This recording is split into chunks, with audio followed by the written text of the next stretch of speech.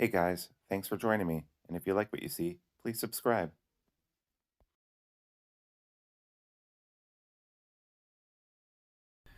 Hello friends, welcome to Sharp Ends. Today I'm going to have a review for you of this little fixed blade knife called the Mako. It is made by Creely Blades. I bought this myself with my own money, and I have been using it extensively for about a month now. Maybe longer, I don't know. I'd have to look up the video. I did an unboxing for this. It didn't get many views. And then yesterday I saw that Nick Shabazz had put out a review of a Mako in Magnicut, the same kind that I have. And he said a lot of interesting things in there. Some of the things I agree with, and a lot of the things I disagree with. So I thought that it was about time I did a review for this, and I'd go ahead and do this review now, and also kind of react to some of the points that Nick Shabazz had made in that. If you don't know, Nick Shabazz is very well known in the knife community for what he does. He's very good at it. He has very concise, good reviews. I will say, though, that he is obviously someone who lives in a city and does a lot of city type stuff. And he's more on the pocket jewelry side of the knife community, which is not a knock at all. I definitely have a lot of pieces which are on the fancier side just because they look nice.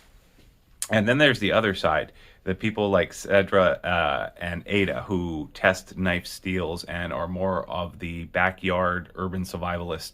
And then there's people like Survival Lily and Dutch Bushcraft Knives who are much more into the fixed blade scene slash survival slash bushcraft scene, right? I kind of fall into the suburban knife guy who goes camping a lot scene. I have my pocket jewelry. I like to wear a nice knife.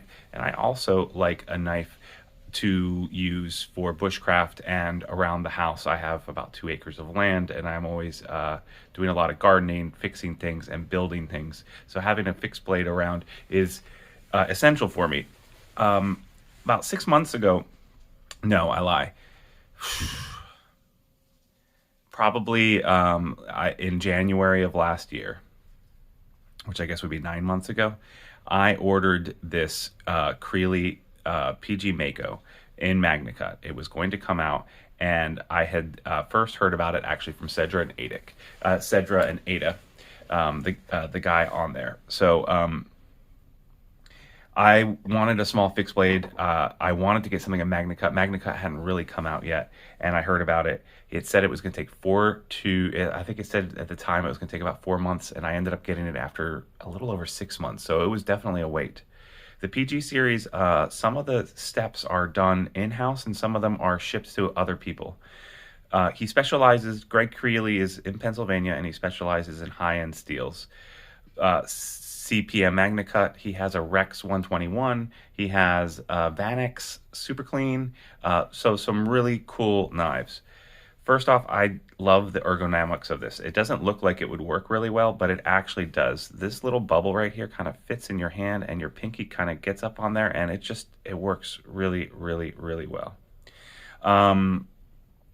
The scales are customizable. You can kind of pick what you want. You do have to get on a wait list, or when you order it, you have to, get. I basically just took this because it was the one that was available.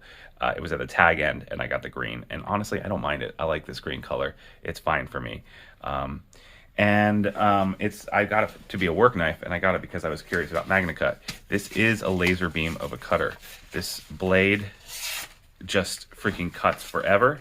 And not only that, it strops up. This Magnicut strops up really, really nicely. It's around 62 HRC. I know some people prefer their HRC to be higher than that, around 64, but I think 62 is just fine.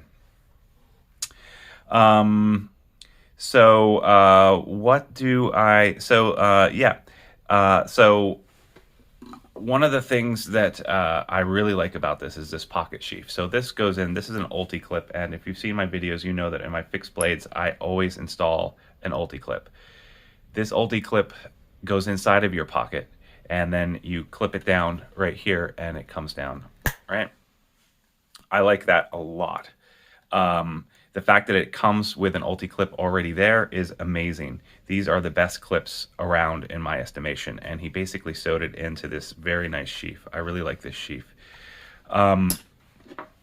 one of the things that Nick said is that this was so sharp he didn't know where to stop, and he kept pushing it. And he pushed it all the way down through the bottom. I've got to tell you, that's really hard to do. Like, love Nick Shabazz. I'm just saying, dude, it's pretty easy to know when to stop. You just put it in there and then you stop. Like, pushing it down through here, as razor sharp as it is, it's still, you would know that you're making a mistake doing that. So I don't think that's a knock on Greg Creely and his making of this. I think that the price point is fine. I like wearing this around. I like having it in the backyard. I think this was around $270, which is perfectly fine for a blade like this. I like the full tang. I like the hardware choices. I like that it's a deep set screw in here. All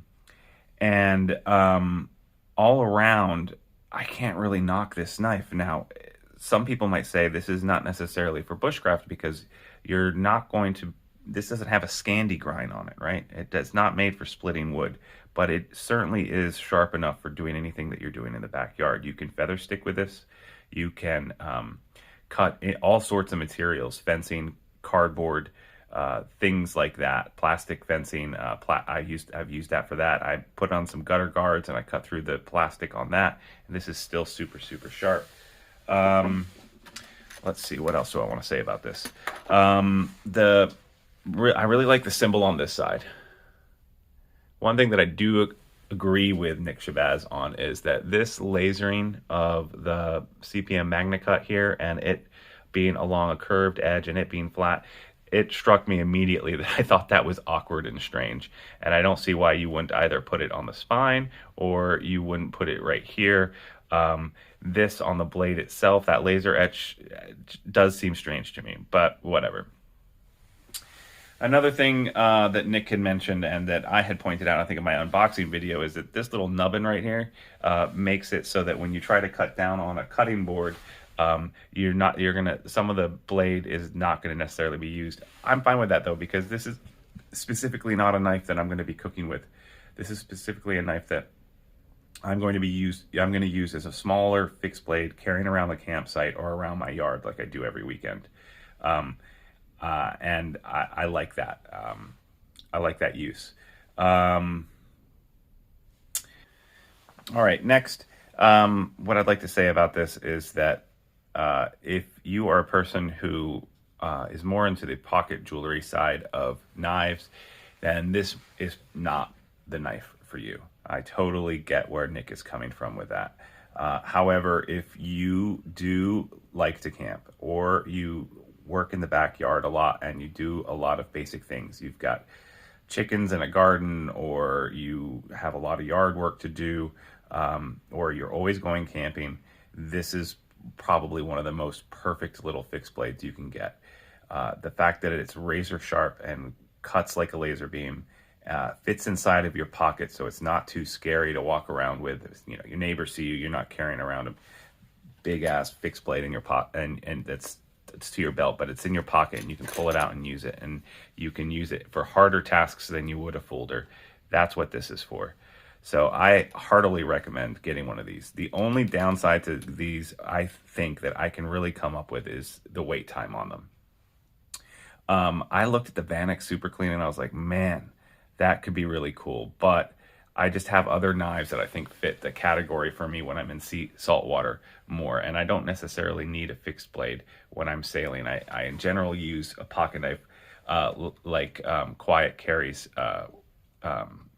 knives, the Drift and the Waypoint.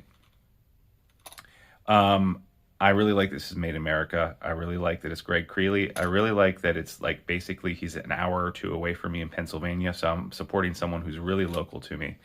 I think you should check out his website, check out the different knives. And if you're anything like me and you're kind of in the middle of the spectrum between pocket jewelry and survivalist, you're definitely going to want to check this knife out. The wait time is a long time for these, but some of the knives have shorter wait times than others depending on the steel that you want to get. And the use that you want to put them to. Let me know in the comments if you have a Mako. I think they're great, and let me know what you thought about Nick Shabazz's review. Again, I'm not knocking him all. I watch every episode he has. I can't wait till he does another Terrible Knives review. I agree with his reviews at least 85% of the time, which is really good, right? I mean, if you're watching someone in their reviews, if you agree with everything that they say, then maybe you shouldn't be watching them. You want someone who's going to make you have provoking thoughts of your own, right? So, don't listen to this jackass. Nick is almost always going to be probably smarter and better than me. I just come from a different perspective, and I totally get that, okay? We're all jackasses here together in the knife world, so I hope you enjoyed this, and I'll talk to you soon. And please leave a like if you can. I'd also really appreciate that. Thanks, and have a good one.